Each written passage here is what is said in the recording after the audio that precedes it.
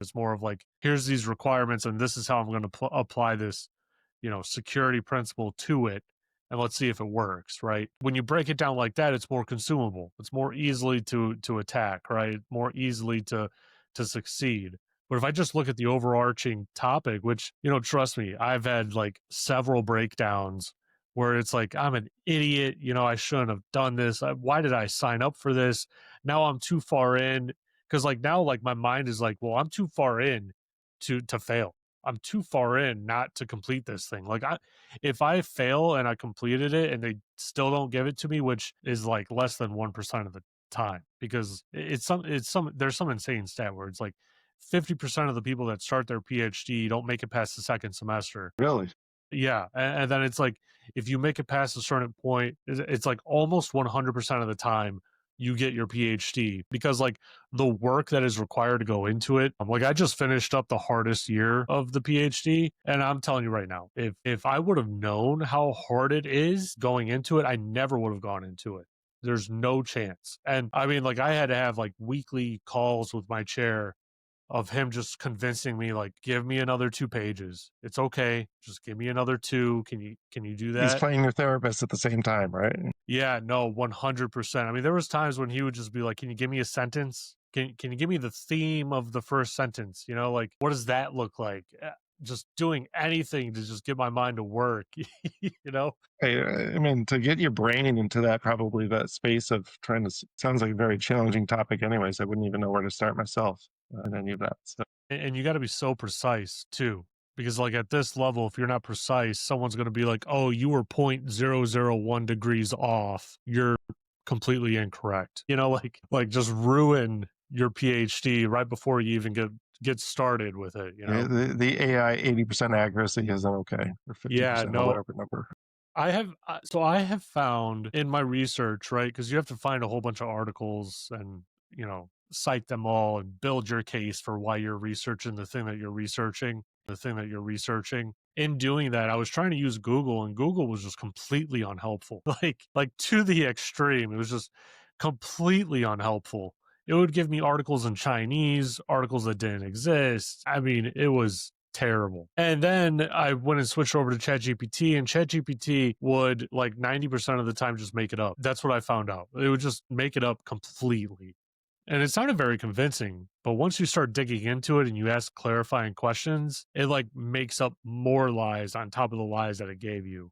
At least that early version of it, I don't I'm know. sure too, like the topics that you're researching. I mean, it's not like it's a like huge depth of information out there probably on it. So, Yeah. So that's also the problem. There's not a whole lot of information on it. And what I'm doing is I'm taking basically research articles from these three different pillars: zero trust, satellites, and quantum, and I'm kind of marrying them together into a not so distant hypothetical situation, right? Where like, hey, now we have to communicate to these satellites via post quantum encryption. How in the world do we do that with leveraging security best practices?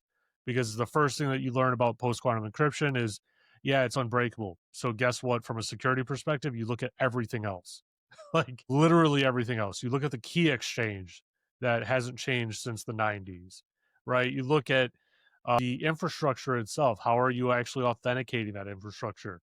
Well, what if someone can actually break into one of the satellites? Are all of them now compromised? Because in a normal satellite architecture, yeah, all of them are now compromised, right? So like how are you thinking about it in terms of that? And so like that's where the questions start to be, developed and created and everything else like that. Like, it's pretty crazy. I have since stopped citing articles because I'm just beyond that point in my research. If I keep on doing it, like there will be no end to it. But the most recent one was in June, right? Someone posted a paper in June. 2 weeks later, I'm using it in my paper. And I literally told my chair, I was like, I have to like stop doing this because this field is literally evolving as I'm writing about it. There has to be a cutoff point. keep probably adding and adding, and that actually leads well into just about anything that you're doing today, right? Like you can't necessarily postpone technology advancements to because you're worried about what's going to be coming down the runway in 1 month, 6 months, whatever it is. the time for action is kind of now, and I see a lot of people take that same kind of paralysis that you're. I guess you're not describing a paralysis, but like we see that approach in the business side, right? You can't take an action because you are waiting for that next foot to drop out the door and say, hey, this, new Yeah. things, the new way's coming, right? Now, whatever is next after MCP servers, right? We'll have that conversation about, right? We don't want to put those in place because 6 months down the road that might change. But I think you just kind of got to move forward with what you have and try to get the outcomes that you want from what you have access to at this moment. So you were mentioning that you just got back from, what was it, the Azure Reignite? Microsoft Ignite.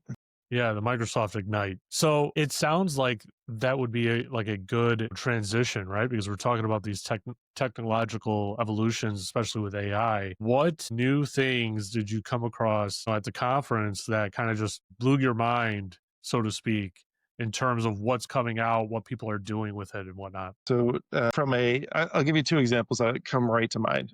The one that I thought from like an IT professional, security professionals point of view is I witnessed an agent that could build out the secure foundation in Azure, which they call like a landing zone, or AWS has the same concepts, right?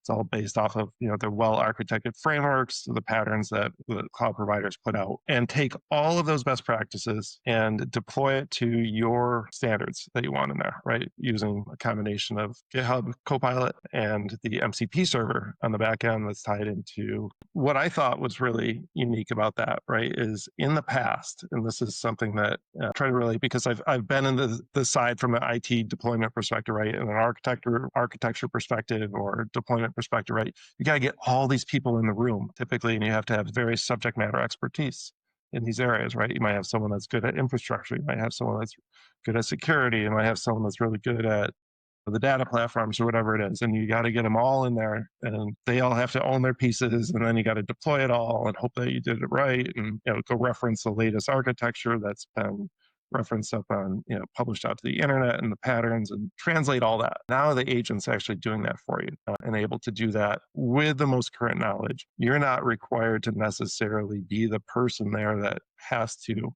know all those things. You just got to be able to orchestrate that and make sure you understand what all of those outcomes are on that. So that was super fast, right? Something that would in the past would take 6 weeks, 8 weeks to do, now is done in a day. So that made me think about all the skills, right, that are completely irrelevant for me now in the past, right? Like you don't necessarily, you have to know some of these things, but it's really more about the orchestration and knowing how to do some of the best practices and patterns. Did they ever talk about, any risks with it and how they're being addressed potentially? Like, maybe using like a least privilege, model or policy with the agents, right? Because I feel like you always hear about, oh, there's this AI agent doing, whatever it might be, right? Like you can do X with this AI agent, but then it's kind of open to what else it could do, right?